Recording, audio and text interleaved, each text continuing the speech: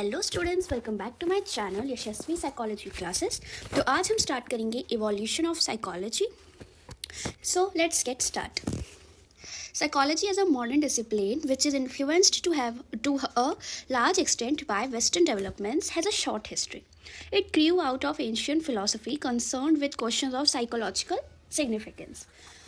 तो साइकोलॉजी अभी जो एक अभी मॉडर्न डिसिप्लिन है जो कि जो कि जिसका एक बहुत शॉर्ट हिस्ट्री है हमारे उसमें, क्योंकि पहले जो थी एक फ़िलॉसफी थी। It grew out of ancient philosophy, मतलब ये फ़िलॉसफी से जो है वो ग्रो हुई है, मतलब इसके रूट्स किस में है, फ़िलॉसफी में है।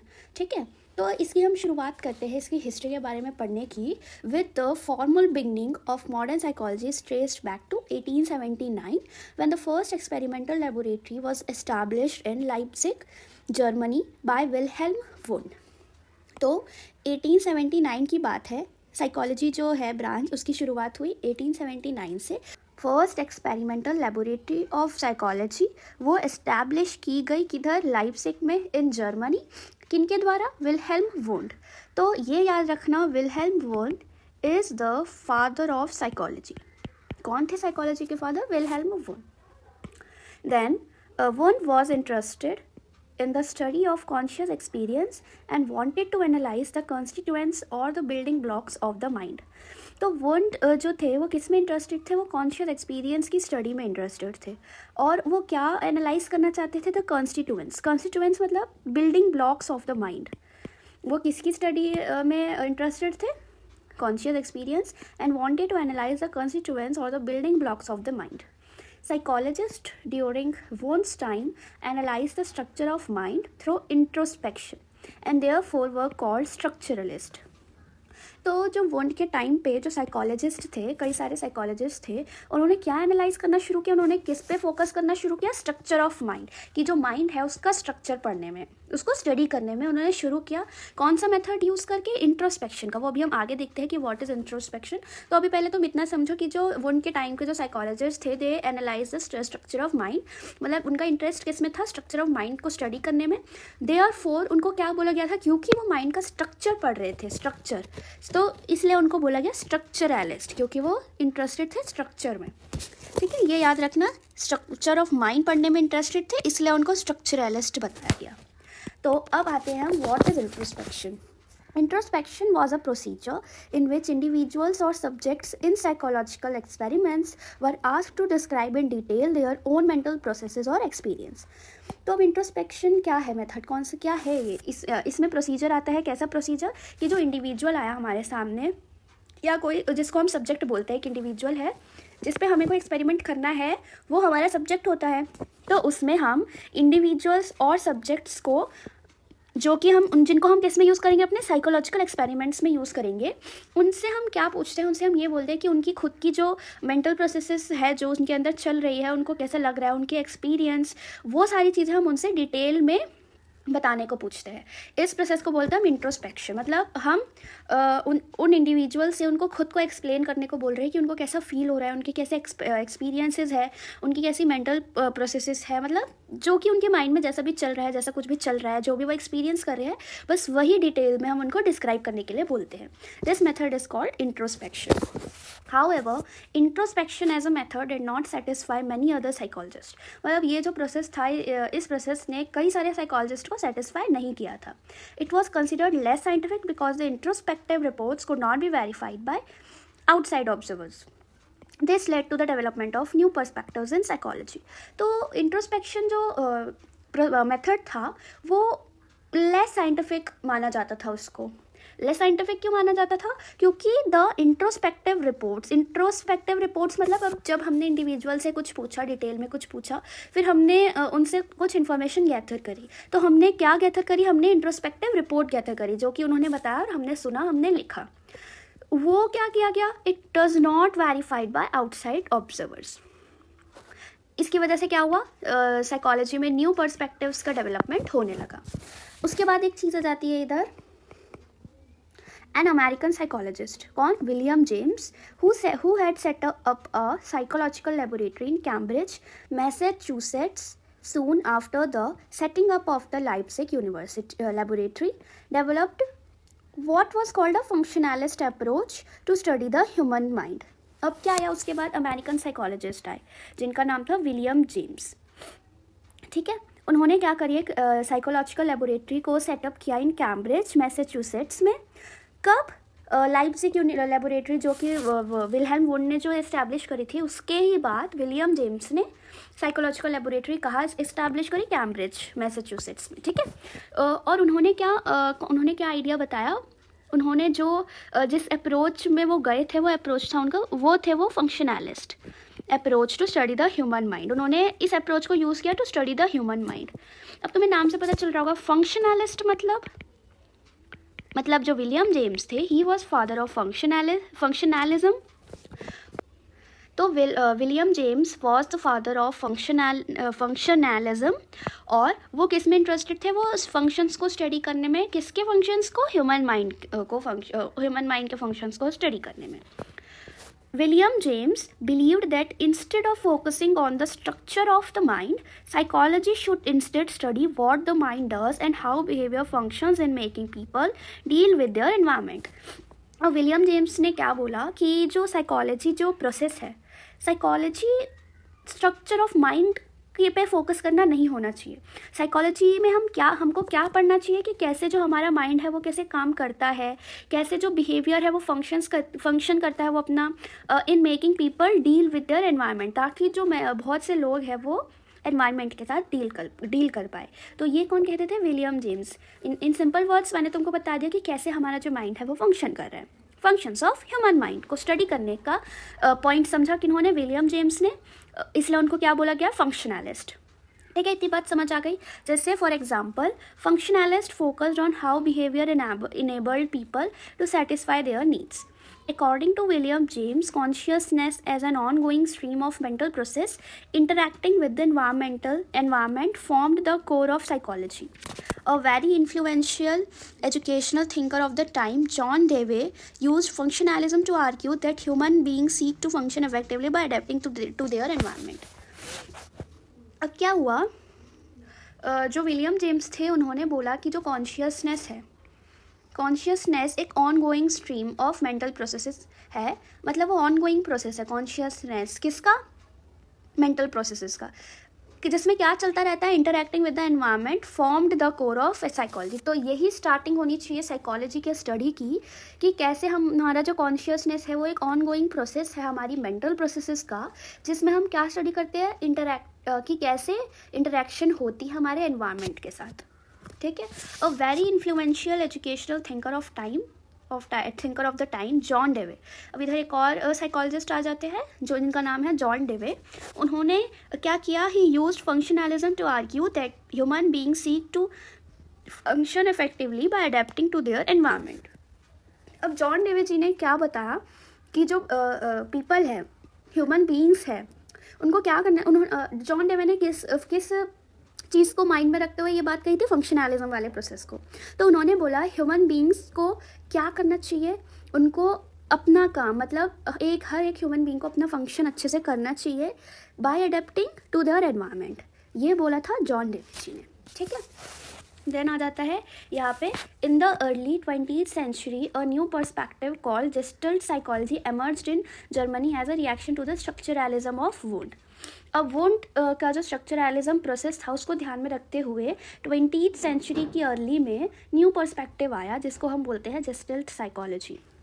ठीक है, Gestalt psychology focused on the organisation of our perceptual experiences instead of looking at the components of the mind. The Gestalt psychologist argued that when we look at the world, our perceptual experience is more than the sum of the components of the perception. In other words, what we experience is more than the inputs received from our environment. ठीक है, अब पहले ये समझ लेते हैं कि जेस्टल्ट psychology क्या बोलती है। तो जेस्टल्ट साइकोलॉजी पहले तो उस साइकोलॉजी ने किस पे फोकस किया? It focused on the organisation of perceptual experiences. हम जो भी परसीव कर रहे हैं, मतलब किसी भी चीज़ को हम देख रहे हैं, उसको किस वे में हम समझ रहे हैं और किस तरह से हम अपने माइंड में एक्सपीरियंस कर रहे हैं उस चीज़ को, उसको बोलते हैं परसेप्चुअल एक्सपीरियंसेस। कैसे हम एक चीज़ को परसीव कर रहे हैं और किस तरह से उस चीज़ के प्रति हमारा उसके लिए एक्सपीरियंस हमारे में हो रहा है। ठीक है, तो ये इस पे फोकस किया था जेस्टल्ट साइकोलॉजी ने। तो जेस्टल्ट साइकोलॉजिस्ट जो थे, जिन्होंने मतलब जो फादर थे जेस्टल्ट साइकोलॉजी के, उनका क्या कहना है उन साइकोलॉजिस्ट का, उनका कहना है when we look at the world our perceptual experience is more than the sum of the components of perception.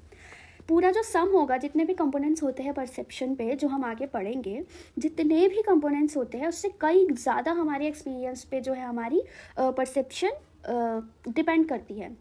ठीक है, in other words what we experience is more than the inputs receive from our environment. हम जितने भी inputs हमारे environment से सीखते हैं, receive करते हैं, उससे कई गुना जो है हम एक्सपीरियंस करते हैं।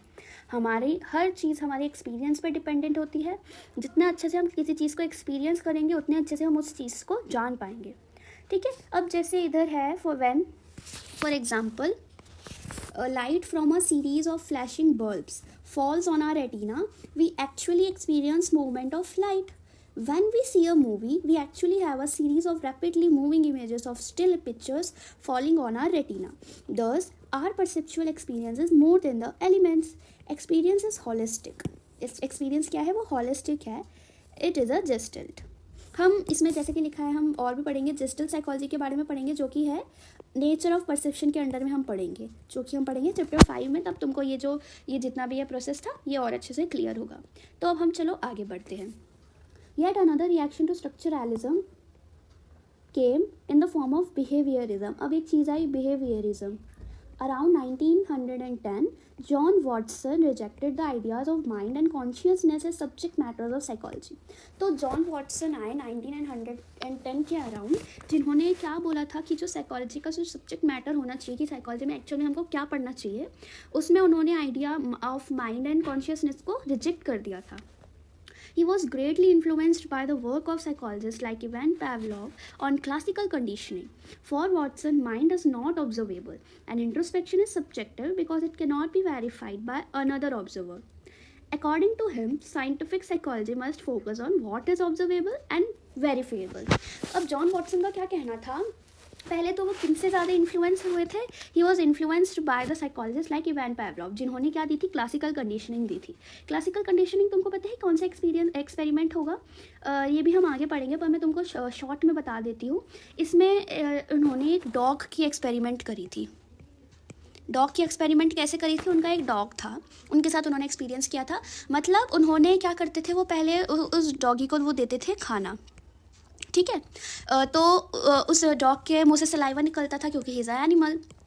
उसके बाद उन्होंने क्या करते थे कि वो एक घंटी लेते थे, घंटी बजा के वो खाना लाते थे डॉग के सामने, ठीक है। तो उसको ये क्या पता लगा, उसको पता लगा जब घंटी बजेगी तो क्या आएगा, उसके लिए खाना आएगा। उसके बाद क्या हुआ, एक बार इवान पावलोव ने क्या किया, सिर्फ घंटी बजाई उसके सामने पर खाना नहीं लाए, तब भी जो डॉग था उसके मुंह से सलाइवा निकल रहा था। ऐसा क्यों, ये हम पढ़ेंगे क्लासिकल कंडीशनिंग में। तो ये है ये जो एक्सपेरिमेंट है इसको हम क्लासिकल कंडीशनिंग बोलते हैं। तो वॉटसन के लिए जो माइंड था, for Watson mind is not observable. जो हमारा माइंड है वो ऑब्जर्वेबल नहीं है। इंट्रोस्पेक्शन जो प्रोसेस हमने पढ़ा था वो सब्जेक्टिव है। सब्जेक्टिव क्यों है, क्योंकि it can not be verified by other observer.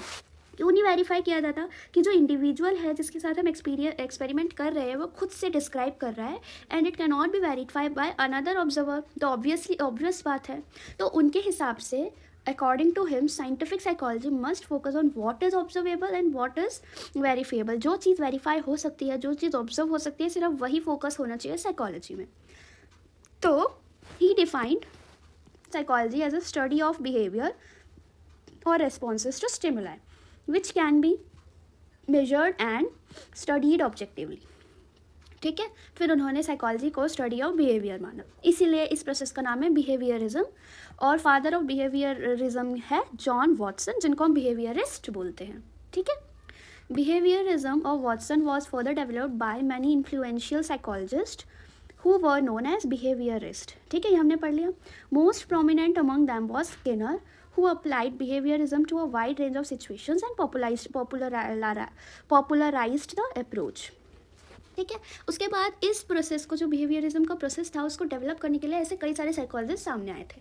उनमें से एक का नाम इधर दिया हुआ है, स्किनर, जिन्होंने कई सारी ऐसी सिचुएशंस में जो बिहेवियरिज्म का जो प्रोसेस है उसको अप्लाई किया, और वही रेस्पॉन्सिबल थे किसके लिए, इस प्रोसेस को और ज़्यादा पॉपुलर करने में, ठीक है। ऑल दो behavior has dominated the field of psychology for several decades after Watson and a number of other approaches and views about psychology and its study matter were developing around the same time, ठीक है। अब जब behaviourist आए थे तब all दो behaviour dominated the field of psychology, तो उन्होंने इस फील्ड ऑफ साइकोलॉजी जो है उसको कई टाइम तक, कई सारे डिकेड्स तक डोमिनेट करते गए। फिर उसके बाद कब तक, जब तक ये वाला जो साइकोलॉजी का जो आइडियाज़ थे ये डेवलप हुए जा रहे थे। उसके बाद एक आए जिनका नाम क्या है, सिगमंड फ्रॉइड। अब हम पढ़ेंगे सिगमंड फ्रॉइड के बारे में। Sigmund Freud viewed human behavior as a dynamic manifestation of unconscious desires and conflicts। उन्होंने किस पे ज़्यादा फोकस किया, unconscious desires, जो भी एक इंडिविजुअल में unconscious desires होते हैं उन पे, और उनको फुलफिल करने के लिए कैसे कॉन्फ्लिक्ट्स होते हैं उन पे। तो उन्होंने वो किसके फादर है, he founded psychoanalysis as a system to understand and cure psychological disorders. तो साइको एनालिसिस बाद में आई, ठीक है। And Sigmund Freud was the father of psychoanalysis as a system, जो कि कई सारी ऐसी साइकोलॉजिकल डिसऑर्डर्स को क्यूर करने में हेल्प करती है। While Freudian psychoanalysis viewed human beings as motivated by unconscious desire for gratification of pleasure seeking and often sexual desires, the humanistic perspective in psychology took a more positive view of human nature। अब इसमें क्या चीज़ें आ गई कि जो human beings है उनको क्या चीज़, उन सबको क्या चीज़ मोटिवेट करी है, उनकी अनकॉन्शियस डिज़ायर्स की। अनकॉन्शियसली एक ह्यूमन बीइंग के अंदर एज के साथ साथ कई सारी डिज़ायर्स आती हैं जो कि वो फुलफिल करने में लग जाता है। उसके लिए वो कई सारे कन्फ्लिक्ट्स भी करता है, कन्फ्लिक्ट्स भी होते हैं अपने प्लेजर को अचीव करने के लिए, ठीक है। The humanistic perspective in psychology took a more positive view of human nature, ठीक है। ह्यूमनिस्ट जैसे Carl Rogers and Abraham Maslow emphasize the free will of human beings and their natural striving to grow and unfold their inner potential. उसके बाद humanist आए, कौन कौन, humanistic perspective ने ज़्यादा पॉजिटिव व्यू लिया ह्यूमन नेचर को। ह्यूमनिस्ट जैसे Carl Rogers, Abraham Maslow emphasized the free will of human beings and their natural striving to grow and unfold their inner potential. उन्होंने क्या पढ़ा, उन्होंने किस पे ज़्यादा फोकस किया, free will of human beings. Free will मतलब एक ह्यूमन बीइंग क्या क्या करता है अपने लिए, इन सिंपल वर्ड्स अगर मैं बताऊं तो, और कैसे वो नेचुरली ग्रो कर रहा है और अपनी इनर पोटेंशियल्स को वो दिखा रहा है, उनको यूज़ कर रहा है। दे argued that behaviorism with its emphasis on behavior as determined by environmental conditions undermines human freedom and dignity and takes a mechanistic view of human nature, ठीक है। तो these different approaches filled the history of modern psychology and provided multiple perspectives to its development. Each of these perspectives has its own focus and draws our attention to the complexity of psychological processes. There are strengths as well as weaknesses in each approach. Some of these approaches have led to further developments in the psychology. तो ऐसी कई सारी जो approaches है वो आई हैं psychology के, modern psychology के डेवलपमेंट में, हिस्ट्री में, और जिनका फोकस हर जगह जाता है। जैसे बिहेवियरिज्म का बिहेवियर की तरफ गया था, फंक्शनलिज्म का फंक्शंस की तरफ गया था माइंड का, स्ट्रक्चरलिज्म में स्ट्रक्चर की तरफ माइंड गया था। तो ऐसे हर एक पर्सपेक्टिव का अपना खुद का फोकस है और वो कई सारी ऐसी complex psychological processes pay attention देता है, ठीक है। Aspects of Gestalt approach and structuralism were combined and led to the development of cognitive perspective, which focuses on how we know about the world. Structuralism and Gestalt approach वो दोनों combine हुए और किसका development हुआ, cognitive perspective का, जो कि किस पे फोकस करता है, how we know about the world, कि कैसे हम अपने वर्ल्ड के बारे में जानते हैं। अब हम पढ़ेंगे कॉग्निशन के बारे में।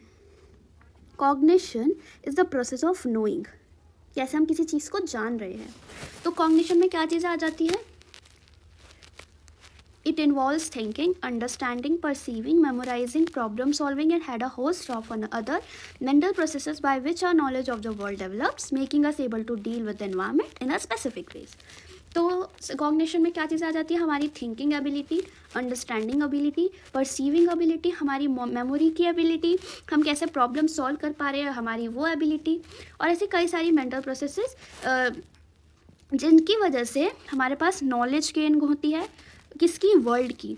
और वो हमको किस में डेवलप होने में कोशिश करती है, वर्ल्ड की नॉलेज डेवलप होने में कोशिश करती है, और वो हमको क्या बनाने में हेल्प करती है, ताकि हम जो एनवायरनमेंट की जो प्रॉब्लम्स है क्या और एनवायरनमेंट पे हम कैसे डील कर सकते हैं इन स्पेसिफिक वे, इसके साथ हमको वो प्रिपेयर करती है। कौन? कॉग्निशन वाला प्रोसेस।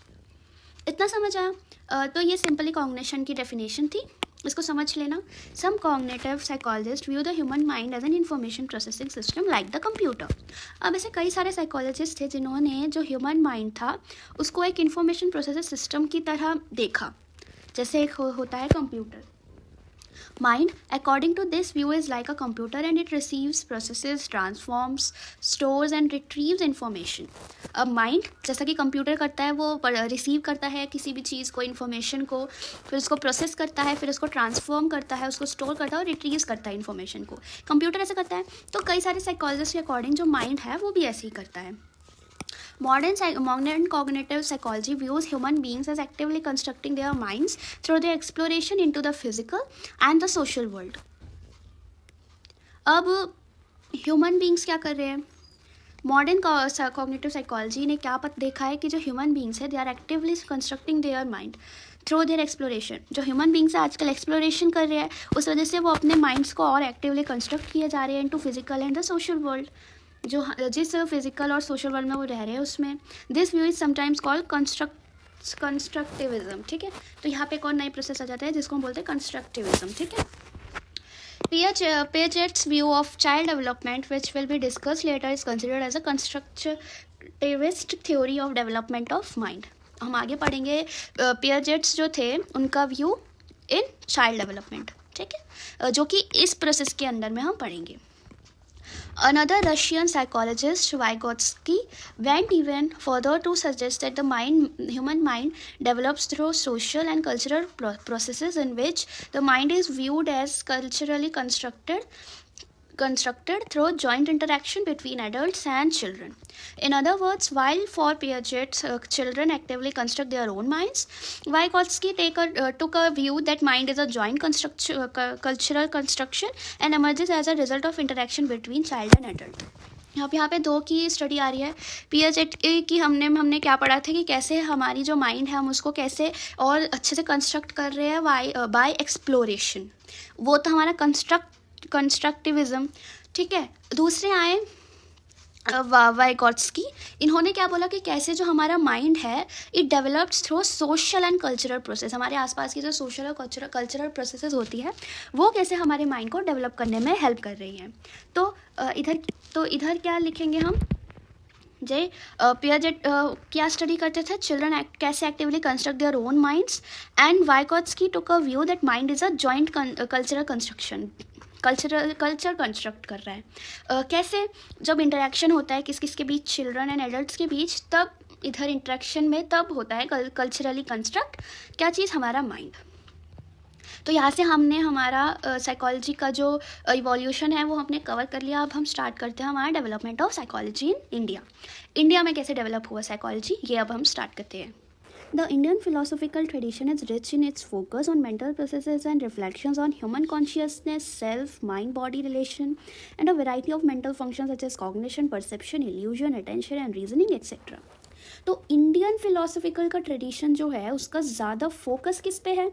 मेंटल प्रोसेसेस, जैसे mental processes, reflection on human consciousness, खुद पे, सेल्फ, माइंड और बॉडी का जो रिलेशन है उस पर, और variety of mental processes, mental functions में जिसमें आ जाती है cognition, perception, illusion, attention, reasoning और बहुत सारी चीज़ें। Unfortunately philosophical roots in the Indian tradition have not influence the development of modern psychology in India. The development of discipline in India continues to be dominated by Western psychology, although some attempts have made to find out points of departure both within the country and abroad. These attempts have tried to establish the truth values of various assertions in Indian philosophical traditions through scientific studies. तो जो psychology की जो development है India में हुई, India में तो तुम्हें पता है फिलोसफिकल रूट्स जो इंडिया में इंडियन ट्रेडिशंस में फिलोसफिकल रूट्स जो थे, फिलोसफी जो थी उसका ज़्यादा इतना इन्फ्लुएंस नहीं था डेवलपमेंट साइकोलॉजी के डेवलपमेंट में। ठीक है। इस वेस्टर्न साइकोलॉजी की जो डिसिप्लिन थी उसका development, the development of the discipline in India continues to be dominated by western psychology. वो किसके द्वारा डोमिनेट किया जा रहा था? तो वेस्टर्न साइकोलॉजी के द्वारा। Although some attempts have been made to find out departure both within the country and abroad. ठीक है, तो इतना ही कुछ नहीं है। यहाँ से हम अपना टॉपिक स्टार्ट करते हैं। The modern era The modern era of Indian psychology began in the Department of Philosophy at Calcutta University, where the first syllabus of experimental psychology was introduced and the first psychology laboratory was established in 1915. अब ये Indian psychology का जो modern psychology की जो development है वो कहाँ से शुरू हुई थी? डिपार्टमेंट ऑफ फिलोसफी से। किसके डिपार्टमेंट? फिलोसफी के, कलकत्ता यूनिवर्सिटी में, जहाँ पे फर्स्ट सिलेबस बताया गया था, इंट्रोड्यूस किया गया था of experimental psychology. Experimental psychology वहाँ पे इंट्रोड्यूस की गई थी। ठीक है, उसके बाद फर्स्ट साइकोलॉजी लेबोरेटरी सेटअप की गई इन 1915 में। 1915 में साइकोलॉजी की जो लेबोरेटरी थी वो एस्टैब्लिश की गई। Calcutta university started the first department of psychology in 1916 and other department of applied psychology in 1938। Calcutta university ने जो फर्स्ट डिपार्टमेंट थी साइकोलॉजी की वो 1916 में ये शुरू करी थी और अप्लाइड साइकोलॉजी की डिपार्टमेंट शुरू करी थी 1938 में। ठीक है, the beginning of modern experimental psychology at Calcutta University was greatly influenced by the Indian psychologist Dr. N. Sen Gupta, who was trained in USA in the experimental tradition of Foucault. तो अब जो modern psychology की जो starting थी Calcutta university में, वो किसके द्वारा ज़्यादा इन्फ्लुएंस की गई थी? एक इंडियन साइकोलॉजिस्ट के द्वारा जिनका नाम था डॉक्टर एन सेन गुप्ता, जो कि यूएसए से ट्रेंड होके आए थे इन द एक्सपेरिमेंटल ट्रेडिशन। किनके अंडर में? वोन जी के अंडर में। ठीक है, professor G Bose was trained in Freudian psychoanalysis, another area which influence the early development of psychology in India. एक और है जी बोस, जो कि किस में ट्रेंड थे? फ्यूडियन साइको एनालिसिस में, है ना, इससे पहले पढ़ा था ना। तो उस एरिया में भी जो साइकोलॉजी की डेवलपमेंट थी वो स्टार्ट हुई, मतलब उन्होंने भी इन्फ्लुएंस दिया। Professor Bose establish Indian psychoanalytical association in 1922। उन्होंने एक एसोसिएशन बनाई जिसका नाम था Indian psychoanalytical association in 1922।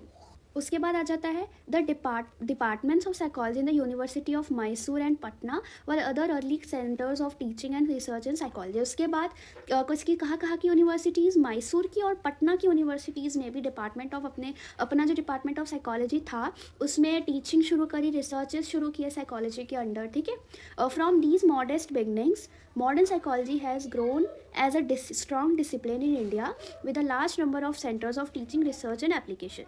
तो ऐसे ही कई सारी टीचिंग सेंटर्स खुले, रिसर्चेस खुले। ठीक है, जिस वजह से मॉडर्न साइकोलॉजी की जो ग्रोथ थी वो और बढ़ी इंडिया में, स्ट्रॉन्ग डिसिप्लिन के अंडर में वो एस्टैब्लिश होने लगा धीरे धीरे। ठीक है, there are 2 centers of excellence in psychology supported by UGC at Utkal University, Bhubaneswar and at the University of Allahabad. About 70 universities offer courses in India.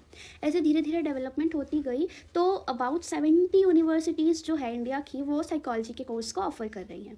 ठीक है, इसके बाद आए दुर्गानंद सिन्हा, जिन्होंने एक बुक लिखी psychology in a third world country, जिसमें क्या बताया गया था? इंडियन एक्सपीरियंस पब्लिश्ड इन 1986 में ये बुक आई थी जिसमें इंडियन एक्सपीरियंसेस को पब्लिश किया गया है, जो कि जिसमें क्या बताया गया था? History of modern psychology as a social science in India in 4 phases। ठीक है, अकॉर्डिंग टू हिम उन्होंने 4 phases में जो इंडिया की जो मॉडर्न साइकोलॉजी की जो हिस्ट्री है उसको ट्रेस किया, किसके जैसे मतलब एज अ सोशल साइंस की तरह उन्होंने इसमें दिखाया इन इंडिया इन 4 phases। और वो 4 phases कौन कौन से हैं? First phase till independence was a phase with emphasis on experimental psychoanalytic and psychological testing research। ठीक है, which primarily reflected the development of discipline in western countries में इस discipline की जो development थी उसको भी थोड़ा reflect किया इन्होंने।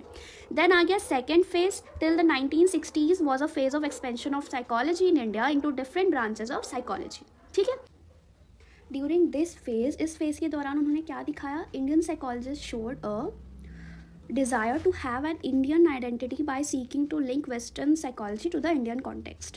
इस टाइम इन्होंने क्या दिखाई कि जो साइकोलॉजिस्ट थे, इंडियन साइकोलॉजिस्ट, वो क्या चाहते थे कि उनके पास एक इंडियन आइडेंटिटी हो by seeking to link western psychology, किसके साथ लिंक करके? इंडियन कॉन्टेक्स्ट के साथ। ठीक है, they did this by using western ideas to understand the Indian situation. ये उन्होंने किसको यूज़ करके दिखाए, किसको यूज़ करके किया, वेस्टर्न आइडियाज़ को, ताकि वो जो इंडिया की सिचुएशन है उसको दिखा पाए. However psychology in India sought to become relevant for Indian society in post 1960s phase of problem oriented research. ठीक है, psychologist became more focused on addressing the problems of Indian society.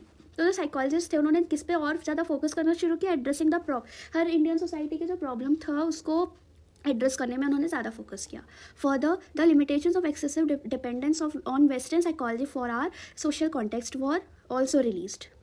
ठीक है, हमारी जो limitations है excessive dependence, किस पर depend होने की, वेस्टर्न साइकोलॉजी पे जो डिपेंडेंस है हमारी हमारी सोशल कॉन्टेक्स्ट के लिए, वो भी रिलीज़ किया गया, रियलाइज किया गया. ठीक है, leading psychologist emphasized the significance of research which is relevance to our situation. उन्होंने research की significance को भी दिखाया. The search for a new identity of psychology in India led to the phase of indigenization which started during the late 1970s. ठीक है, besides rejecting the Western framework, Indian psychologists stressed the need for developing understanding based on a framework which was culturally and socially relevant. उन्होंने क्या किया, जो western framework था उसको reject करके Indian psychologist ने कल्चरली एंड सोशली रेलेवेंट जो भी फ्रेमवर्क था उसको समझा, उसको डेवलप करने में उन्होंने कोशिश करी. This trend was also reflected in some attempts to develop psychological approaches based on traditional Indian psychology which came from our ancient texts and scriptures. फिर उसके बाद क्या रिफ्लेक्ट किया इन्होंने, जो भी कोई भी साइकोलॉजिकल अप्रोचेस थे जो डेवलप हो रहे थे, जिनको डेवलप करने की कोशिश कर रहे थे, वो किस पे बेस्ड था, ट्रेडिशनल इंडियन साइकोलॉजी पे बेस्ड था, जो कि किससे आया, हमारे एंशियंट टेक्स्ट से आया, स्क्रिप्चर्स से आया है. ठीक है, thus this phase is characterized by development in indigenous psychology which originated from the Indian cultural context and was relevant for society and Indian psychology based on the Indian traditional knowledge system. वो किस पे based था, Indian traditional knowledge system पे based था. जो भी development हो रही थी इंडियन कल्चरल कॉन्टेक्स्ट से, वो किस पे रेलेवेंट था और किस पे बेस्ड था, ट्रेडिशनल नॉलेज सिस्टम पे.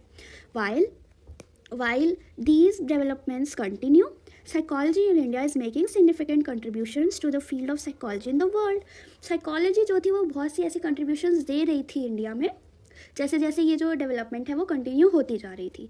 It has become more contextual, emphasizing the need for developing psychological principles को डेवलप करने में भी हेल्प कर रही थी, which are rooted in our own social and cultural context.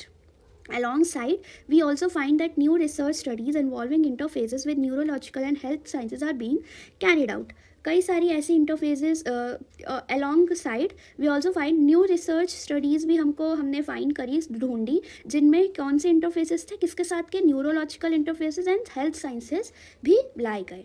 अब India psychology in India is now being applied in diverse professional areas. कई सारे प्रोफेशनल एरियाज़ और में भी ये डाइवर्स हो गए, फैल गया है. ठीक है, not only have psychologist been working with children having special problems. जैसे साइकोलॉजिस्ट क्या थे, वो चिल्ड्रन के साथ वर्क करते थे जिनको स्पेशल प्रॉब्लम्स होती थी, पर आजकल क्या हो रहा है, ऐसा उनको हॉस्पिटल्स में भी रखा जा रहा है as clinical psychologist, in corporate organizations में भी रखा जा रहा है, in the HRD and advertising departments में, स्पोर्ट्स में भी लिया जा रहा है, in the development sector and in IT industries में भी आजकल साइकोलॉजिस्ट का बहुत ही बड़ा रोल है. ठीक है, तो ऐसे अभी इंडिया में जो साइकोलॉजी की डेवलपमेंट है वो हो रही है. इसके साथ हमने जो हमारी इवोल्यूशन ऑफ साइकोलॉजी थी इसको कंप्लीट कर लिया. अब हम अपनी नेक्स्ट वीडियो में पढ़ेंगे about the branches of psychology and its relation with other disciplines. ठीक है, तब तक पढ़ते रहिए. Bye bye.